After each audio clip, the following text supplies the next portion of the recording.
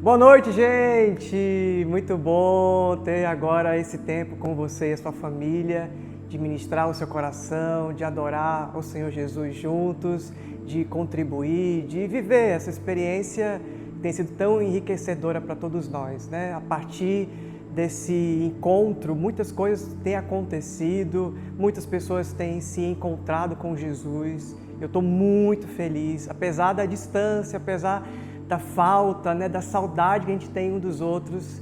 Apesar de tudo isso, a gente tem sobrevivido, tem dado tudo certo. Então, continue, persevere, mande esse vídeo, mande essa celebração para mais pessoas, porque assim a gente consegue alcançar, né, gente que nunca pisaria numa igreja, agora por meio da tecnologia pode ver essa experiência aí. E hoje, na celebração desse domingo, nós temos um convidado especial, o Alexandre Magnani, meu amigo lá de São Paulo. Ele é ministro de adoração da Igreja Batista do Morumbi e hoje ele vai ministrar para a gente o louvor. Então, deixa Deus te ministrar, deixa Deus falar com você, receba aí toda essa informação, todas essas canções que vão tranquilizar teu coração, abençoar a tua vida, a tua casa. Então, se quiser, fica em pé, afaste os móveis aí, vamos adorar o Senhor com muita alegria, que seja uma celebração nova, diferente, inédita. Que Deus coloque um cântico novo na sua boca. Deus te abençoe, vamos adorar o Senhor Jesus. Oi gente, tudo bem? Meu nome é Alexandre Magnani, para quem não me conhece. Estou muito feliz de estar aqui com vocês num culto da Igreja Refúgio. Mesmo que a gente não esteja junto presencialmente, eu estou feliz de poder contribuir, de poder participar dessa reunião aqui online, deste culto de adoração ao Senhor desta maneira. E essa ferramenta online é também algo que a gente deve agradecer ao Senhor, porque através disso a gente consegue sim dizer que a gente está junto, ligados no corpo de Cristo, e essa é a graça do reino de Deus, né? Eu aqui em São Paulo, vocês aí em Manaus, e dessa vez a gente está todo mundo junto, adorando ao Senhor. Falando nisso, queria convidar você para fazer o seguinte: aumentar o som do seu celular, aumentar o som da sua televisão, aumentar o som do seu computador, porque a gente vai cantar ao Senhor nesse tempo, agradecendo pela soberania, pelo senhorio de Jesus, tá bom? Vamos lá? 1, 2, 3,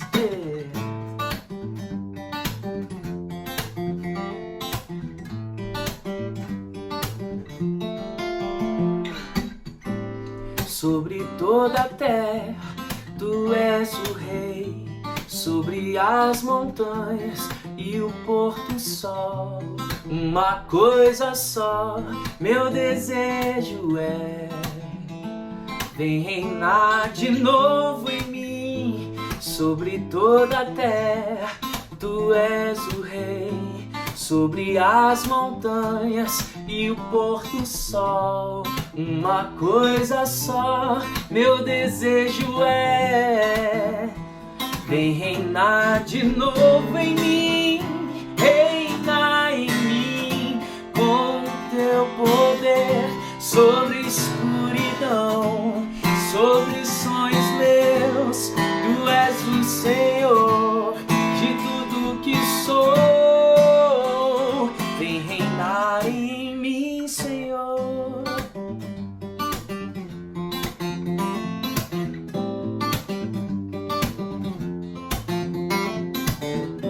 Sobre o meu pensar, tudo que eu falar faz-me refletir a beleza que há em ti. Tu és para mim mais que tudo aqui.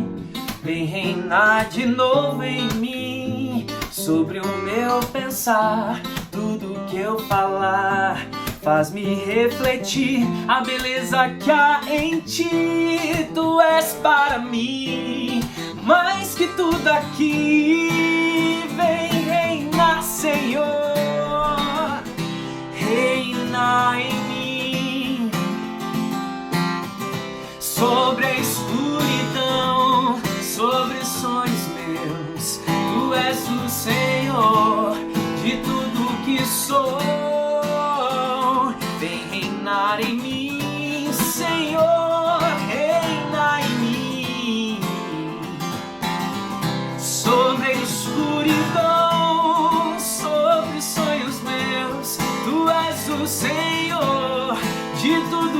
sou.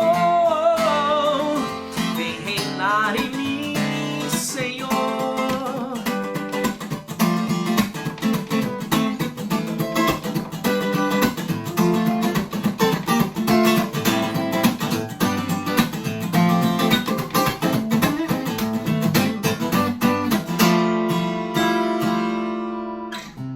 Reina em mim, cante ao Senhor.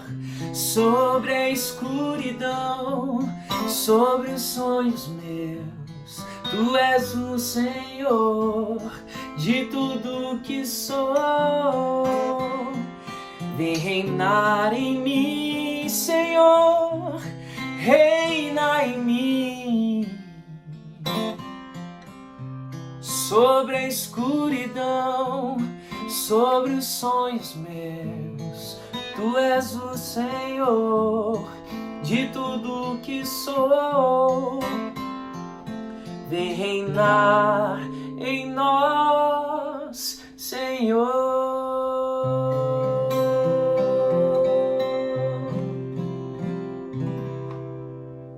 Amém, amém. Louvado seja o nome de Jesus por isso. Nós cantamos a Ele porque Ele é Rei das nossas vidas. Nós cantamos a Ele e quando nós pedimos e oramos essa canção, nós estamos pedindo para que o senhorio de Cristo se estabeleça em toda a nossa vida, na nossa casa, na nossa família, em todo o nosso ser, naquilo que a gente é junto ao Senhor Jesus, naquilo que a gente representa também numa sociedade junto ao Senhor Jesus. Nós colocamos a nossa vida toda nas mãos de Jesus. Nós deixamos com que Ele assuma o volante dos nossos dias, das nossas ações. Como eu disse, de tudo aquilo que somos, nós colocamos nas mãos do Senhor. Eu gostaria de continuar cantando sobre o reino de Jesus e o senhorio de Jesus com vocês. E quando a gente faz isso, quando a gente confia no Senhor, sabendo que Ele está cuidando de nós, nós descansamos nele. Sabemos que Ele estará conosco todos os dias, porque essa é uma promessa dele para nós. Estarei com vocês até a consumação dos séculos. Esse é o nosso Rei, esse é o nosso Jesus. Vou cantar essa canção com vocês.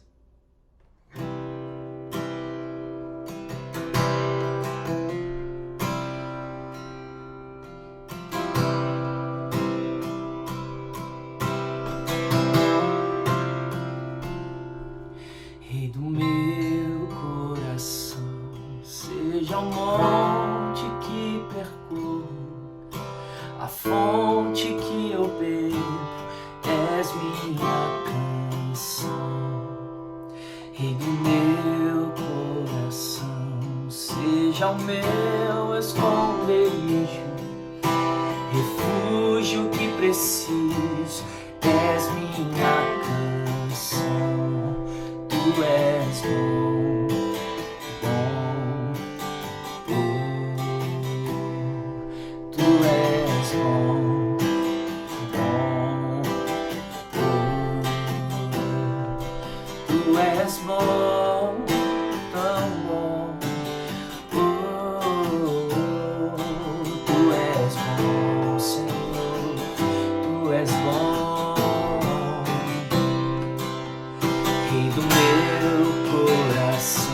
Seja o vento em minhas velas, a âncora no mar, és minha canção. Rei do meu coração, seja o meu esconderijo, refúgio que preciso, és minha canção. Tu és bom, bom.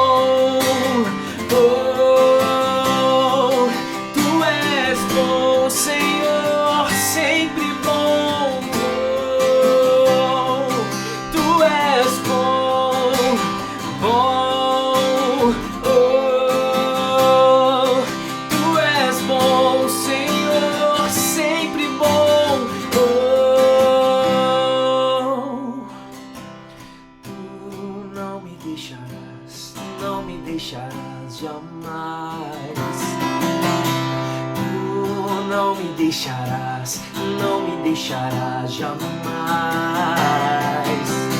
Tu não me deixarás, não me deixarás jamais. Tu não me deixarás. Nós cremos, Deus, cantamos a Ti.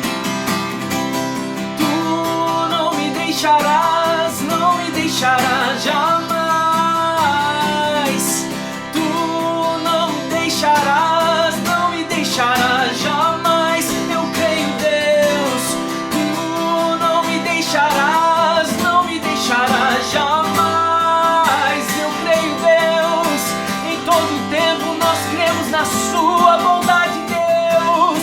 Tu és bom, bom, oh. Tu és bom, Senhor, sempre bom, oh. Tu és bom, Jesus, nós cremos sim. Tu és bom, Senhor, para todos sempre. Oh, tu não me deixarás, não me deixarás jamais. Eu creio, Deus. Tu não me deixarás, não me deixarás jamais. Não importam as circunstâncias, não importam, Senhor. Nós cremos, Deus, que Tu jamais nos deixará, que Tu jamais nos deixará. Tu és bom, bom. Nós cremos, Deus, Tu és bom, oh, sempre bom. Tu és bom, Jesus, Jesus, nome sobre todo nome. Tu és bom, não há outro igual a Ti, Senhor. Nome sobre todo nome é o nome de Jesus. Nele eu encontro abrigo, nele eu encontro o descanso, nele eu encontro o meu refúgio. Oh, Jesus, nós estamos na Sua presença, Pai, e é por isso que nós cantamos. Nós estamos na Sua presença e é por isso que nós nos derramamos diante de Ti, crendo na Sua infinita bondade, misericórdia e graça, que nos inunda, que preenche o nosso coração, que nos traz e que nos faz novos, novo de novo na Sua presença, Pai.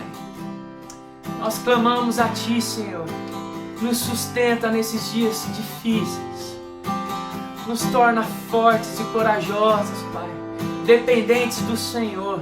Nós nos colocamos, a nossa vida, a nossa família, a nossa casa, o nosso trabalho, o nosso desemprego, a nossa doença, a nossa dor, a nossa aflição, o medo, a ansiedade. Nós colocamos tudo isso, Pai, diante de Ti, porque nós sabemos que o Senhor é um Deus amoroso e bondoso, Pai. Nós sabemos que o Senhor é um Deus de amor, um Deus de graça e misericórdia, Pai. É por isso que nós cantamos, é por isso que nós oramos. Então, Pai, essa oração receba, Senhor, e nos dê alívio, Pai, e nos dê descanso, Senhor, e nos dê, Pai, a Sua presença através do Seu Santo Espírito, que possamos, Pai, provar da Tua bondade, provar e vede, o Senhor é bom e é isso que nós fazemos, Pai, que possamos desfrutar da Sua bondade, Pai. Em nome de Jesus que eu oro, Pai, e já Te agradeço, Senhor. Obrigado, Jesus. Obrigado, Jesus. Obrigado. Nós oramos assim no Seu nome, Pai. Em nome de Jesus. Amém.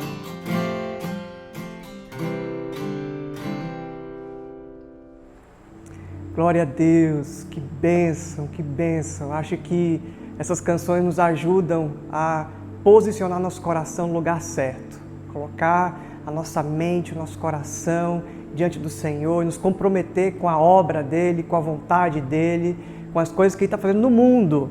Eu sempre digo isso, né? Senhor, não nos deixa de fora daquilo que o Senhor está fazendo no mundo. Então agora é esse momento de você ser generoso a partir das suas ofertas, tudo que você pode contribuir, não importa o valor, a quantia, importa é o seu coração. A Bíblia fala que Deus ama quem dá com alegria. E a gente tem vivido nesse tempo da Refúgio uns momentos mais incríveis de hospitalidade, de generosidade, de contribuição. Nós nunca tínhamos alcançado essas ofertas tão expressivas. E isso tem a ver com o seu coração no lugar certo, né? Isso tem a ver com a sua vida de oferta de amor. Então, faça isso agora enquanto a gente canta mais uma canção, que você adore o Senhor com os seus recursos, com a sua oferta. Acesse aí o seu Internet Bank, essa informação que aparece aqui embaixo na descrição do vídeo, e faça a sua parte daquilo que Deus está fazendo no mundo. Contribua, coloque o seu coração, coloque a sua vida agora para servir ao Senhor e a obra dEle em todos os lugares. Deus te abençoe.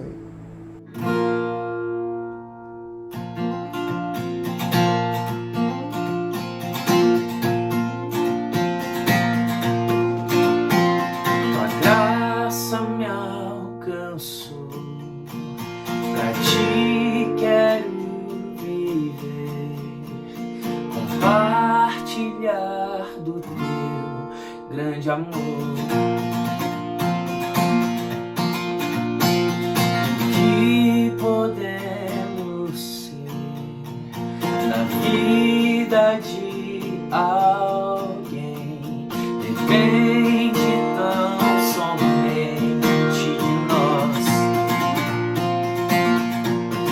Se eu não for, quem irá? Se eu não estender as mãos, quem o fará? Me envolver, me entregar e dizer ao mundo que Jesus voltará, até que Ele venha, até que Ele venha.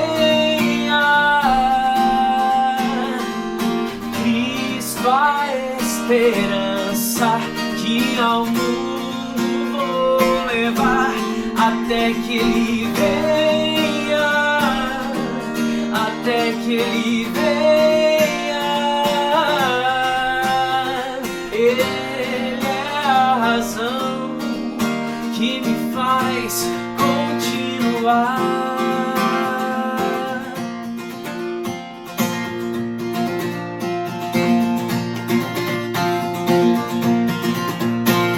Tua graça me alcançou, pra Ti quero viver, compartilhar do Teu grande amor. O que podemos ser na vida de alguém, depende tão somente de nós. Se eu não for, quem irá? Se eu não estender as mãos, se eu não estender as mãos, quem o fará? Me envolver, me entregar, me entregar e se envolver e dizer ao mundo que Jesus voltará. Maranata, ora vem, Senhor, até que Ele venha, até que Ele venha. Cristo, a esperança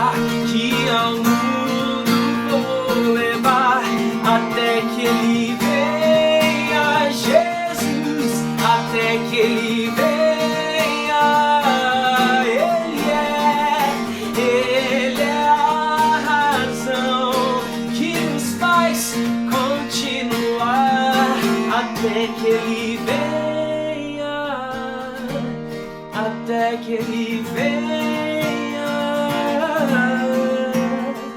Cristo a esperança. Aumenta o som, canta comigo. Até que Ele venha,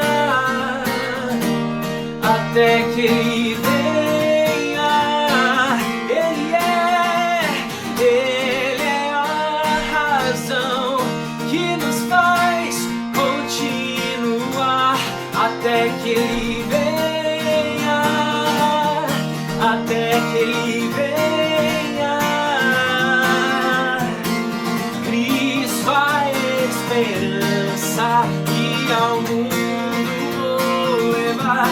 Até que Ele venha, Jesus, até que Ele venha. Ele é a razão que nos faz continuar.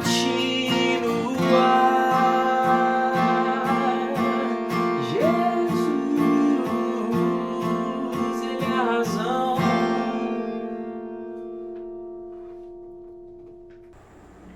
Olá, Igreja Refúgio, irmãos e amigos que estão conosco nesta transmissão.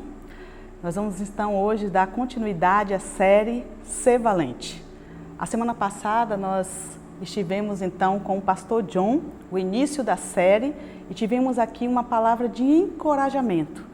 E eu creio que a série, ela traz essa perspectiva. Inclusive achei bem interessante algo que ele nos trouxe, ele mencionou aquele episódio em que o rei Davi está ali, já no seu leito de morte, e ali falando ao seu filho Salomão, trazendo ali as suas últimas palavras, seus últimos conselhos, e entre elas ele diz: seja homem, seja corajoso, em outras palavras, ser valente. Então essa expressão com certeza transmite essa ideia de encorajamento. E hoje nós estamos aqui também com um desafio que, além do tema da série, esse tema maior, ser valente, nós teremos uma ênfase hoje que é ser vulnerável. E eu falo que é um desafio porque quando se ouve ser valente ou corajoso e ser vulnerável, transmite muitas vezes uma ideia de contradição. Mas eu quero convidar você para vir hoje aqui com a gente e nós vamos então desvendar esse mistério aí e vamos descobrir juntos então que ser valente e ser vulnerável, na verdade, são duas faces de uma mesma moeda. Uma coisa está realmente ligada à outra. Então eu queria que você abrisse então a sua Bíblia, se possível, aí em 1 Crônicas, capítulo 11, e quando eu soube da proposta da série, foi o primeiro texto que me veio à mente, que fala sobre os valentes de Davi. Não sei se você já ouviu falar sobre os guerreiros, os heróis, os valentes de Davi, mas é algo que está registrado então nesses textos, tanto em 1 Crônicas, como há um registro também em 2 Samuel. E o interessante é que Davi é um personagem muito conhecido da Bíblia, eu creio que um dos mais conhecidos, e no caso, especialmente, a história, aquele evento em que Davi derrota o gigante Golias, isso aí é com certeza mencionado aí grandemente, mas não só no contexto de fé, no contexto religioso, mas também no contexto assim secular, em meios aí políticos, jurídicos, acadêmicos, porque essa história do pequeno que vence o grande, o menor, o menino que vence o gigante, ficou realmente muito emblemática. Mas se você não conhece a história ou esse registro dos valentes de Davi, você vai ficar impressionado como eles fizeram coisas tão incríveis como Davi fez. Então, 1 Crônicas 11:10 vai dizer o seguinte: eles foram os líderes dos guerreiros valentes de Davi. Junto com todo o povo de Israel, apoiaram firmemente o reinado de Davi, conforme o Senhor havia prometido a respeito de Israel. E aí, então, vai trazer esse registro a partir do verso 10 e também em 2 Samuel 23, a partir do verso 20, vai relatar e vai falar desses guerreiros. Há um registro aí de 30 guerreiros e além desses vai falar de outros destaques. Então essa era uma espécie de tropa de elite. O exército de Israel tinha então essa unidade especial de guerreiros. Eles se tornaram uma espécie de guarda pessoal do rei. E eles eram fortes, corajosos, destemidos. E eles me fazem lembrar os mosqueteiros, né? Uma guarda, uma tropa de elite altamente treinada que existiu aí no século XVII para proteger o rei e virou ficção. E nessa ficção, né, tem alguns personagens que se destacam, D'Artagnan e os outros 3 mosqueteiros, né, Porthos, Athos, Aramis. E interessante que esse texto também, tanto ele vai relatar esse grupo de guerreiros, que a gente pode dizer aqui, então, no nosso contexto de mosqueteiros, como ele traz aqui alguns destaques. Entre eles, há um chamado Benaia, que o John até mencionou aqui na semana passada, que foi aquele guerreiro que desceu ali uma caverna, um buraco, e conseguiu derrotar um leão. Esse guerreiro também, o texto destaca que ele lutou e derrotou fortes outros guerreiros inimigos dos Malbitas. E também, gente, ele derrotou um gigante egípcio. Lembra quem derrotou o gigante Davi? Agora esse guerreiro derrota o gigante egípcio. E detalhe, diz que aquele guerreiro estava todo paramentado, estava todo ali com a sua armadura, com a lança na mão. E Benaia o derrotou simplesmente com um cajado de pastor. Ele conseguiu então ali dominar, desarmar aquele gigante e o feriu e o derrotou.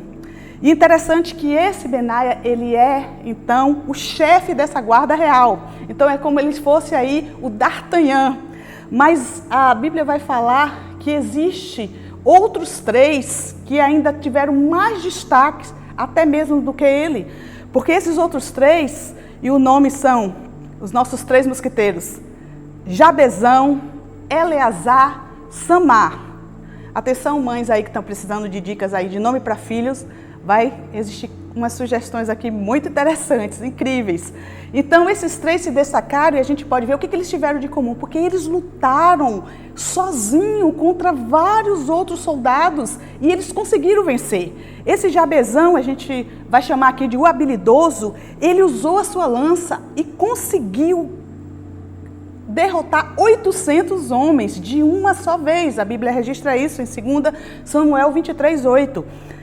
E o outro guerreiro é Eleazar, o perseverante. Esse também é muito interessante a história, porque diz que ele foi para a batalha. E nessa batalha contra os filisteus, diz que ele segurou a espada ali na sua mão e a espada ficou grudada, adormeceu, de forma que ele derrotou sozinho todos os filisteus. E diz que de forma alguma ele soltou aquela espada, né? Há quem faça até alusão ao texto A Armadura de Deus, lá em Efésios 6, né, em que nessa armadura a espada é a palavra. Então ele segurou ali a espada e o texto diz, o Senhor concedeu uma grande vitória, ele derrotou todos os seus inimigos.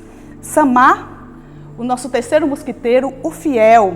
É interessante na história aqui de Samar que o povo de Deus, ele plantava, cultivava, ele cuidava do rebanho e os filisteus vinham e destruíam tudo.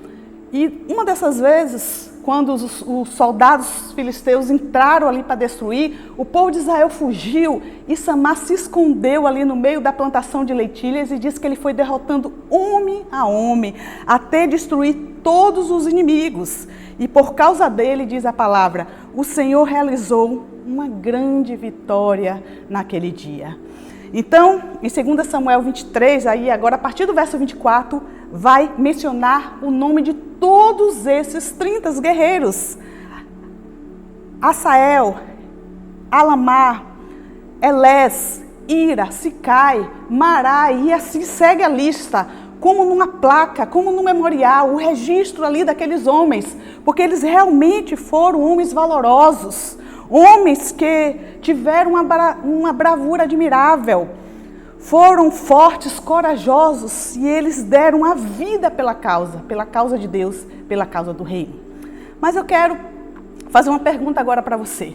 Eu quero que a gente analise junto algo aqui. O que você acha que causou todo esse movimento? O que aconteceu para que tantos homens de uma só vez se tornassem tão valentes, tão corajosos? E a resposta está um pouquinho atrás. A gente precisa voltar um pouquinho lá para 1 Samuel 17, lá no vale de Elá, em Socó, Judá, no momento pouco antes em que Davi derrota o gigante Golias. Ali se colocava a linha de batalha tanto de Israel como dos filisteus. E diz que diariamente o Golias ali bradava um forte grito de ameaça e conclamando um homem que fosse capaz. E na verdade dizia que todos aqueles ali, eles tiveram tanto medo que eles fugiam amedrontados. Mas a grande verdade é que muitos desses homens que estavam ali na linha de batalha, mais tarde, eles vão se tornar esses grandes guerreiros.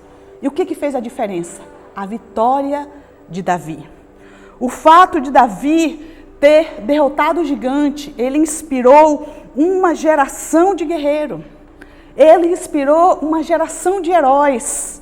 E aqueles homens, a partir da experiência de Davi, eles vão lá também e agem com bravura.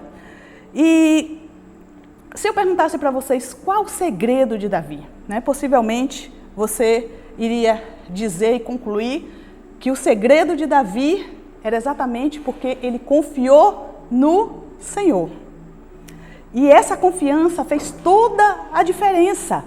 Ele confiou em Deus, mas eu queria que você lesse comigo agora o versículo em 1 Samuel 17, agora o verso 39. Olha só o que vai dizer, porque além dele confiar em Deus, o mais importante é que ele focou em Deus e não nele mesmo. E olha o que diz o verso. Saul vestiu Davi com sua própria túnica, colocou-lhe uma armadura e lhe pôs um capacete na cabeça.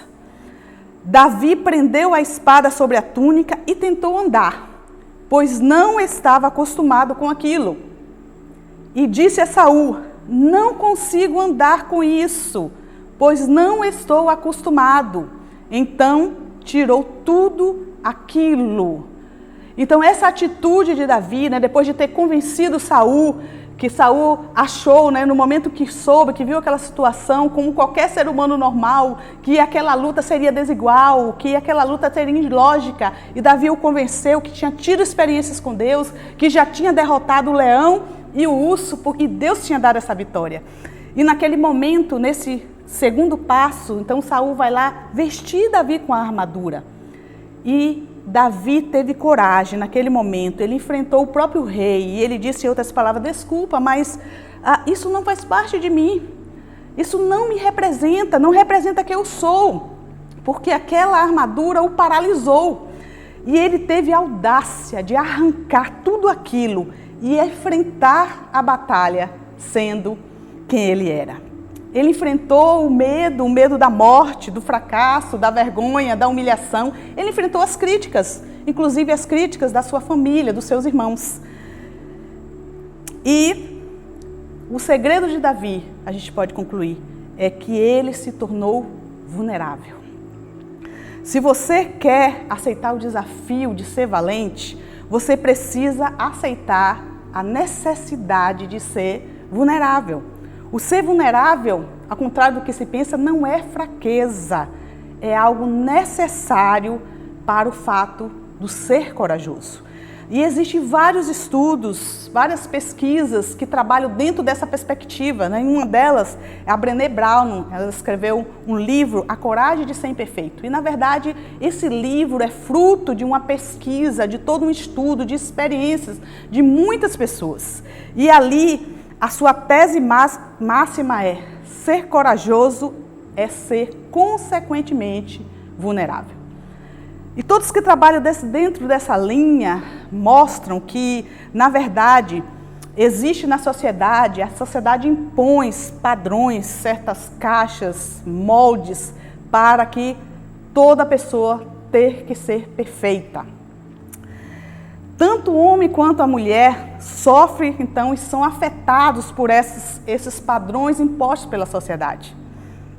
A mulher é muito afetada, primeiramente, né, pela sua aparência. Espera-se que ela sempre se apresente jovem, que ela seja bonita, que ela tenha um corpo perfeito, né? Ela precisa ser a melhor em casa, no trabalho, como esposa, como mãe. Se a mulher toma uma decisão, por exemplo, de ser do lar, de ficar em casa, cuidar dos filhos, ou se, por outro lado, ela toma a decisão de não casar, de não ter filhos, de cuidar da sua vida profissional, de qualquer forma ela vai estar fora do padrão e ela vai ser grandemente criticada. Então a mulher é afetada pela pressão da maternidade, ela é afetada e sempre pressionada se vai casar, se vai ter filhos, né? Quando vai ter o segundo filho, como está a educação do filho, e espera que seja tudo alto padrão, que a mulher seja perfeita. Agora, já os homens, a mensagem é até um tanto mais dura e impiedosa. Não seja considerado fraco, não tenha medo e não fracasse. Afinal, homem não chora. Existem casos do marido esconder da esposa, por exemplo, que está falido, que está atolado em dívidas e consegue viver, continua vivendo ali como se tivesse as mil maravilhas. Então, tanto o homem como as mulheres, elas acabam se camuflando com medo de revelar que tem defeitos e fraquezas. Vivem tentando se encaixar nesses modelos aí, o padrão, tentando ser uma pessoa que não é. E é interessante também mencionar que isso pode acontecer de uma forma totalmente inconsciente. Então, o desafio de ser vulnerável é ir em contrapartida a tudo isso. A vulnerabilidade não é fraqueza, como dissemos, mas é a melhor definição de coragem. É enfrentar o medo, a vergonha, a imperfeição. É ter vida plena sendo quem você é. Então, o desafio é fazer como Davi. Davi não aceitou usar uma armadura que não era sua. E a melhor forma, né, de entender a vulnerabilidade é exatamente o despisse, o estar nu e numa perspectiva emocionalmente falando. E isso gera um desconforto, porque ficamos expostos. Mas é exatamente esse passo a passo de se expor que vai nos tornando, pouco a pouco, corajoso, a cada dia andando nessa direção. Mas, para a gente aprofundar mais esse tema, nós vamos então trazer aqui algumas verdades. E a primeira verdade é que ser vulnerável é ir no caminho contrário ao narcisismo. O narcisismo é uma palavra muito usada hoje, isso porque especialistas mostram que a sociedade está imersa em uma cultura narcisista. E lembrando que o termo se refere ao mito de Narciso, aquele homem que foi então para frente de um lago, e ali quando ele viu o espelho, no espelho d'água, refletia a sua imagem, ele se apaixonou ao ponto que ele não conseguia mais sair dali. E aí, ali mesmo, ele caiu no lago, se afogou e morreu. Então, o ser narcisista é uma vida totalmente centrada no eu, imersa no pecado aí do orgulho, da vaidade. E é interessante que também se analisa que a internet, ela potencializou muito essa possibilidade do projetar, né? Essa cultura da imagem, porque a projeção agora não é só no espelho d'água. Essa projeção é em todos os espelhos e plataformas aí que a internet possibilita. E essa imagem da perfeição sempre são as melhores fotos, os melhores sorrisos, né? Sempre aquele cuidado de manter a imagem perfeita. E isso analisa-se então, né, que tem impedido o estabelecimento também de vínculos, de maiores vínculos aí vínculos profundos e também bloqueia até mesmo o crescimento espiritual. Então, em contrapartida a isso, o desafio, né, desse ser vulnerável é a pessoa se expor, não que a rede, que a internet em si seja ruim, mas a pessoa ter coragem de expor as suas fotos, as suas artes, as suas ideias ao mundo, sem essa necessidade, sem essa garantia da aceitação, porque aí vem aquela corrida, né, dos likes, das curtidas, de mais seguidores, né? Então pessoas vivem movidas a isso pode ser totalmente patológico, doentio. E a ideia, né, é que a pessoa que vive imersa nisso, essa cultura narcisista, ela também é autodestrutiva, assim como aconteceu no mito. E a proposta do reino é uma proposta totalmente contrária a isso. E a gente pode ver isso na própria fala de Jesus, do Sermão do Monte, Mateus 6. Jesus vai então até mesmo criticar a atitude dos fariseus. Os fariseus tinham 3 virtudes que eles consideravam ali virtude de piedade, que era a oração, o dar esmolas e o jejum. Então Jesus, ele critica os fariseus nas suas atitudes e ele vai mostrar como os fariseus iam, então, como é que eles agiam nessas situações. Eles iam para a praça e quando eles oravam, né, eles faziam aquelas orações eloquentes. Quando ele dava esmola, ele fazia questão de mostrar, e até no jejum ele desfigurava ali o rosto para que as pessoas vissem que ele estava jejuado. Então, se fosse nos dias de hoje, é como se eles ali naquele momento que eles faziam aquelas atitudes, eles batessem ali uma selfie e postassem, hashtag, eu sou espiritual, olha como eu sou crentão, olha como eu sou o cara. E aí Jesus vai mostrar que o caminho é outro. Na verdade, o caminho, ele é da praça para o quarto. Não é isso que Jesus disse? E você vai ver então que em Mateus 6,6, Jesus vai falar assim, mas quando você orar, vá para o seu quarto, feche a porta e ore ao seu pai, que está em secreto. Então seu pai, que te vê em secreto, o recompensará. Durante o ministério de Jesus, por muitas vezes, ele tentou desconstruir e trazer aí uma nova perspectiva, né? um diagnóstico a esse problema da pressão da sociedade, da pressão até religiosa que era imposta ali para as pessoas.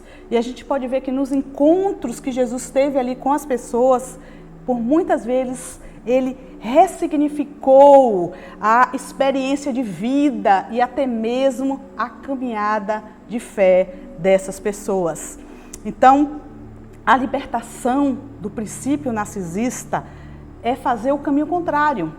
E Paulo também tem um texto que é muito interessante, vai muito dentro dessa perspectiva, em 2 Coríntios 3,18, e diz o seguinte, e todos nós, que com a face descoberta, contemplamos a glória do Senhor, segundo a sua imagem, estamos sendo transformados com glória cada vez maior, a qual vem do Senhor, que é Espírito.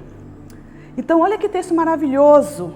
O que seria então essa face descoberta, né? Seria exatamente a desconstrução dessas fantasias projetadas sobre si mesmo. E agora, em vez de projetar a sua imagem no espelho d'água, no espelho comum, a sua imagem agora reflete, você olhando para Cristo, ele vai refletir a beleza de Cristo, a glória divina. Então essa é a proposta. E em 1 João 3,2 também, João vai nos trazer um texto bem dentro dessa perspectiva, que diz assim, amados, agora somos filhos de Deus. E ainda não se manifestou o que havia de ser, mas sabemos que quando se manifestar, seremos semelhantes a Ele, pois o veremos como Ele é. Então, percebemos a partir daí que se desejamos ter um crescimento na nossa vida espiritual, isso também significa que o ser vulnerável nos direciona nesse caminho, porque ele nos deixa mais sensíveis ao agir de Deus, assim como a olhar o próximo, a desenvolver o amor a si mesmo e o amor ao outro. Bom, mas prosseguindo, nós vamos ver aqui uma outra verdade que é ser vulnerável é se colocar na arena. Ser vulnerável é se colocar na arena. E esse se colocar na arena me trouxe à mente uma ilustração que eu li no livro Conhecimento de Deus, do Packer. Ele conta ali uma ilustração, na verdade ele cita a ilustração ali de um outro teólogo, de que há algumas pessoas sentadas na varanda, na sacada de uma casa espanhola, observando ali os transeuntes. E a gente consegue talvez imaginar essa cena que não é tão fora do comum. Inclusive aqui mesmo em Manaus, eu lembro antes da pandemia, claro, a gente ia assim nos bairros mais tranquilos e era comum ver a cena de pessoas que colocam as suas cadeiras ali fora de casa e ficam ali sentadas, batendo papo e naturalmente acabam observando ali aquela cena, né, do movimento, do que está acontecendo. E na comparação da ilustração, ela compara o grupo que está sentado observando com as pessoas que passam ali pelo caminho. Então as pessoas que estão ali observando, elas vão ali fazer um comentário ou outro, talvez observar, olha, aquela calça quadriculada não está combinando com aquela blusa estampada, ou olha, a casa da noiva do Pedro é do lado de lá, e por que ele está indo nessa direção? Coisas desse tipo, então as pessoas ali observam. E ele analisa então esses dois grupos, dos que estão sentados, os observadores e aqueles que estão no caminho, e ver que os problemas ali, a forma como lidam é diferente. E ele compara isso com o conhecimento de Deus, com a perspectiva como as pessoas se interessam pelos assuntos cristãos. E aquelas pessoas que estão sentadas ali, o problema delas é teórico. Elas ficam ali observando, mas as pessoas que estão no caminho, os viajantes, né, a questão ali não é só teórica, é questões como aonde ir, como chegar até lá, problemas que exigem não apenas conhecimento, mas exige também decisão e ação. Então a proposta do ser vulnerável é se colocar no caminho, é realmente se colocar na arena, é estar ali disposto, né, a fazer ali o passo a passo que a vida propõe. E tem um texto na Bíblia, na verdade, um texto bem conhecido, que conta que Jesus andou sobre as águas. Eu creio que todo mundo já ouviu falar isso. Mas naquele momento que Jesus anda sobre as águas, é interessante que o Jesus se aproxima do barco, ele estava distante já há algum tempo, e os discípulos se assustam, porque eles estavam ali, não esperavam aquela situação, e havia aquelas histórias ali de visagens, de fantasma, né, própria de pescadores em todos os tempos. E quando eles viram Jesus, eles se assustaram. Mas quando Jesus andava ali sobre as águas e Pedro viu Jesus andando, Pedro imediatamente pediu a Jesus, eu quero andar também. E o texto diz que Pedro saiu do barco, ele deu o primeiro passo, ele deu o segundo passo, possivelmente o terceiro, e depois, por conta ali, né, das águas estarem ali revoltas, do vento, ele temeu e começou a afundar. Mas o destaque que eu queria dar é que Pedro foi o único homem que teve a audácia de andar sobre as águas, né, além de Jesus. Pedro, mesmo que depois ele venha afundar, ele não se limitou a ficar no barco, os outros ficaram ali assistindo, mas Pedro deu esse passo a mais. E isso que faz a diferença, o chamado do próprio reino, e para aqueles, né, que são corajosos, esse chamado de dar esse passo a mais, como o próprio Pedro deu.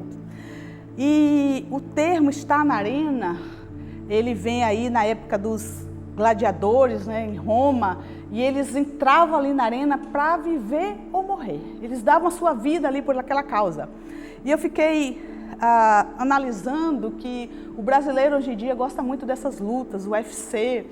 Na verdade, a princípio, quando esse movimento começou a acontecer, eu achava que era um movimento mais próximo, de pessoas conhecidas. Às vezes comentavam, né, não dormi bem essa noite porque assisti a luta, coisa e tal. Mas tem uns 5 anos que nós estamos liderando aqui um projeto missionário de missões nacionais chamado Jesus Transforma. E nós tínhamos base em vários bairros de Manaus e em várias cidades aí dos interiores. Então nós passamos todo esse tempo viajando e indo em cada uma dessas bases. E entre elas, nós somos numa cidade aqui no interior do Amazonas chamada Itapiranga.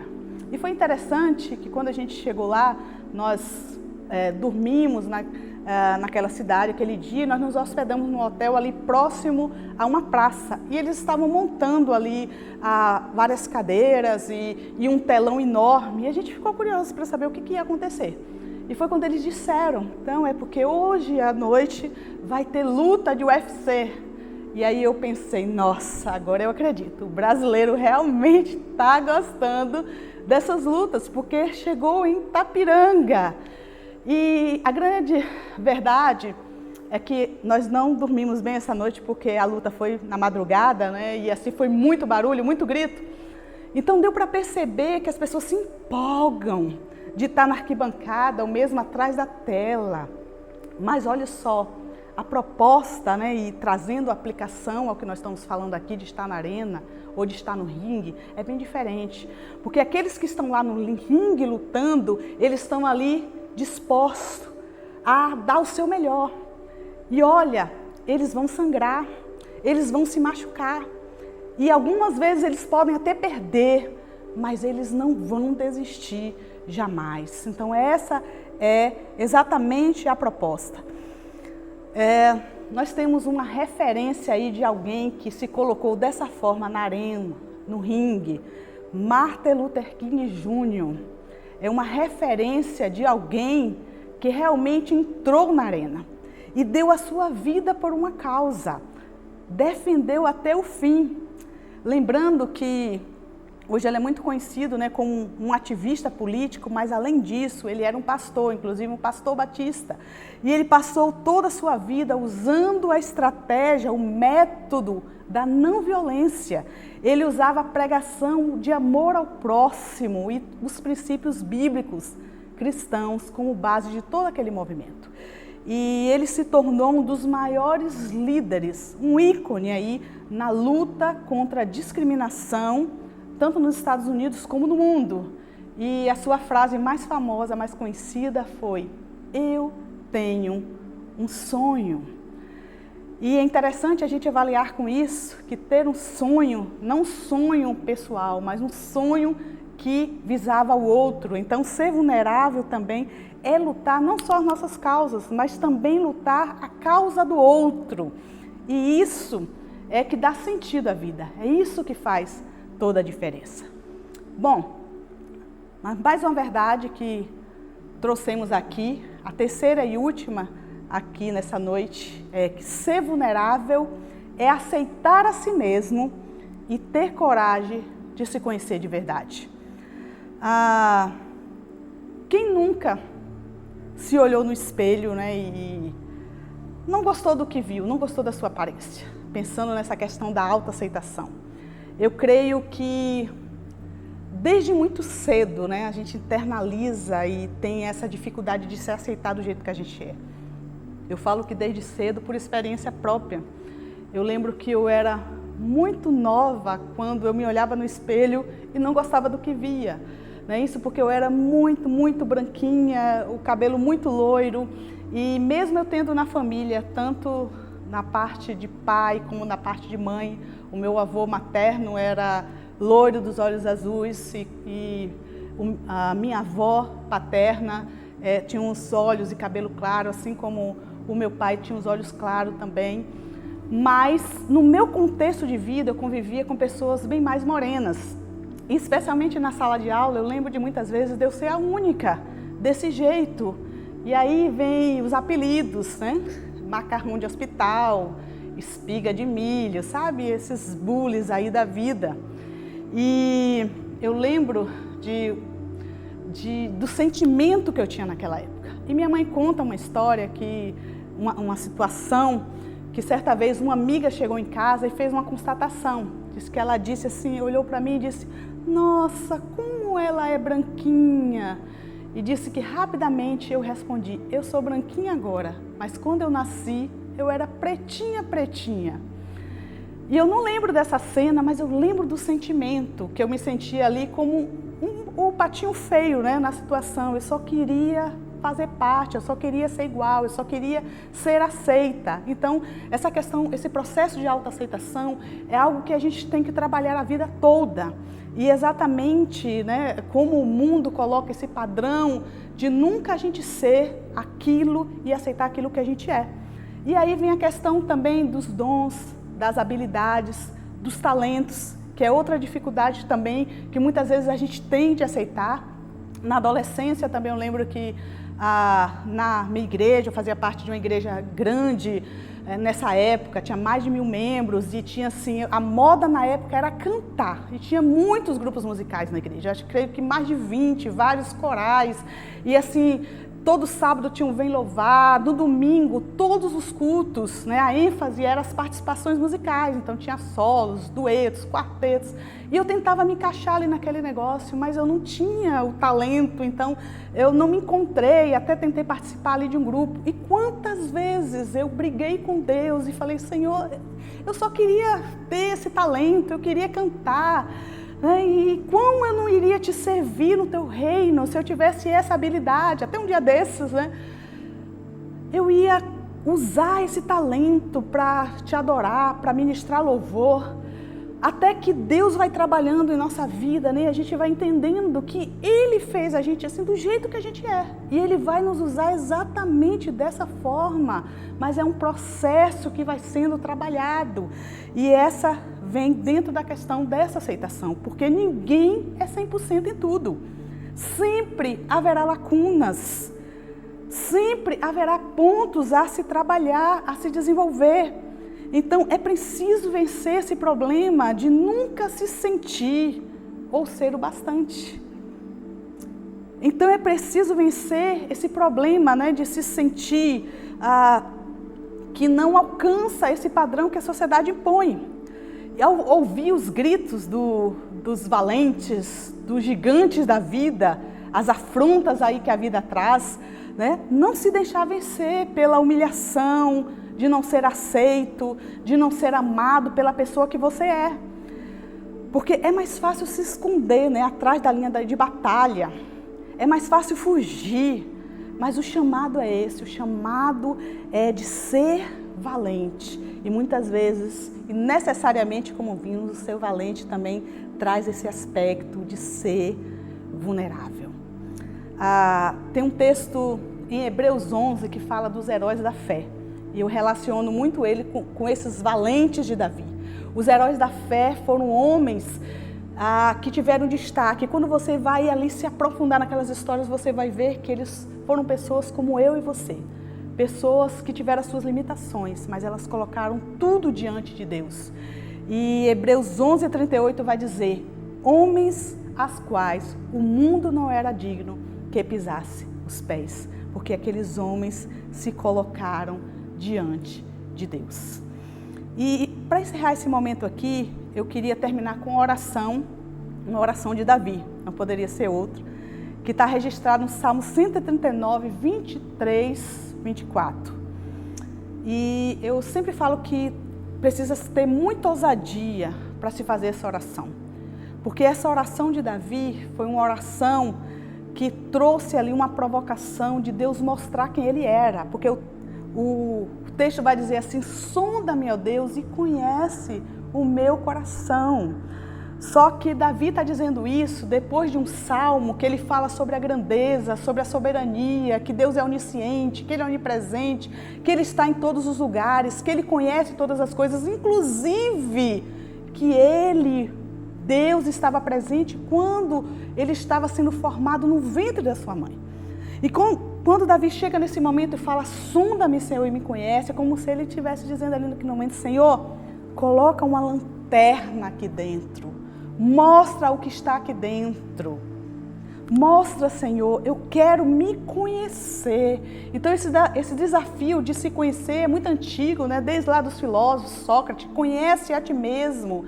Então, essa oração traz essa perspectiva de querer se conhecer. E o mais importante aqui em Davi é que traz Deus junto nessa proposta. Então, isso precisa ser trabalhado, porque muitas vezes a questão da autoaceitação está totalmente relacionado ao autoconhecimento. A gente às vezes não quer nem se conhecer. A gente vive projetado naquela imagem que a gente gostaria de ser. Então, eu sei que esse texto é muito conhecido, na versão que você conhece, você vai estar agora também recitando, e na continuidade eu queria orar com você. Então oremos. Sonda-me, ó Deus, e conhece o meu coração. Prova-me, Senhor, e conhece as minhas inquietações. Vê se há em mim, Senhor, algum caminho mau e guia-me pelo caminho eterno. Pai, nós estamos aqui, Senhor, diante da Tua palavra, a Tua palavra que é viva, a Tua palavra que é eficaz, a Tua palavra que penetra o nosso coração. Ó Senhor, eu te peço que nesse momento o Senhor visite cada lar, cada pessoa, Senhor, que está aqui nessa transmissão agora, Pai. Ó Deus, e que essa palavra de desafio hoje, essa palavra aqui que nos traz, ó Senhor, esse desafio de sermos fortes, corajosos, valentes, mas também entendendo, Senhor, que precisamos deixar todas as máscaras, deixar, Senhor, toda a armadura, despojar de tudo isso, ó Deus, para que possamos realmente aceitar como nós somos, ó Deus. Que cada um, ó Deus, possa estar entendendo agora que o Senhor o formou, o Senhor o formou do jeito que é, Pai. E o Senhor tem planos maravilhosos para a sua vida. Abençoa, Senhor, cada um agora, Deus.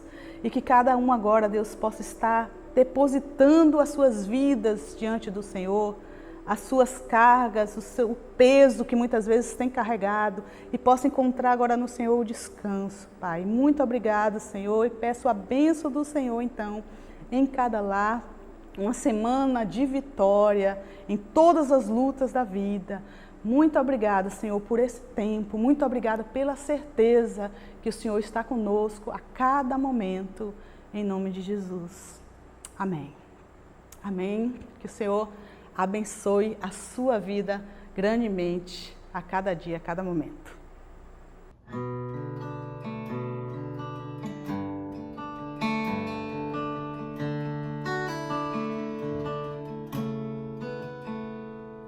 Não há barreiras que possam ficar entre mim, Senhor, e o Teu amor. O meu pecado foi pago e apagado por Teu favor que me alcançou. Minha fé firmada está em Ti, Jesus meu. Amanhã contigo está, pois Tu és o meu Deus, meu Senhor, refúgio nas tribulações, meu amigo soberano, para sempre eu Te adoro, ó Senhor, ó Senhor. Eu encontro vida eterna em Ti, és meu Salvador e Redentor. Livre eu sou através deste amor que me restaurou e me limpou. Minha fé firmada está em Ti, Jesus meu. Amanhã contigo está, pois Tu és o meu Deus, meu Senhor, refúgio nas tribulações, meu amigo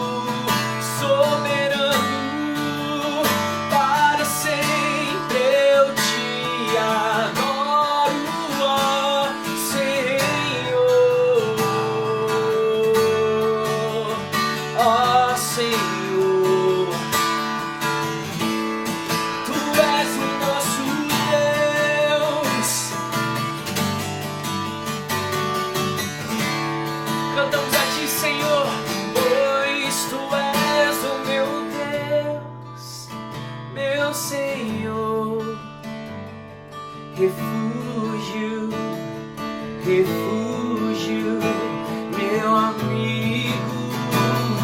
Tu sabe de tudo, Senhor, para sempre eu te adoro, oh meu Deus, meu Senhor,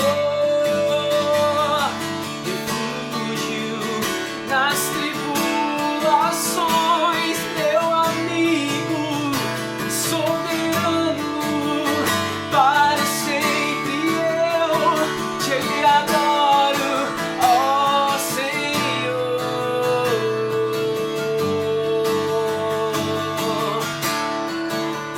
Pra todo sempre, Deus, te adoro.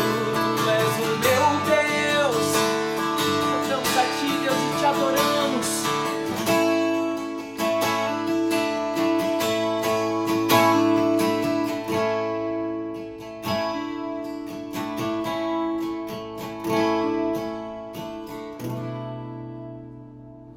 Louvado seja o nome de Jesus, amém.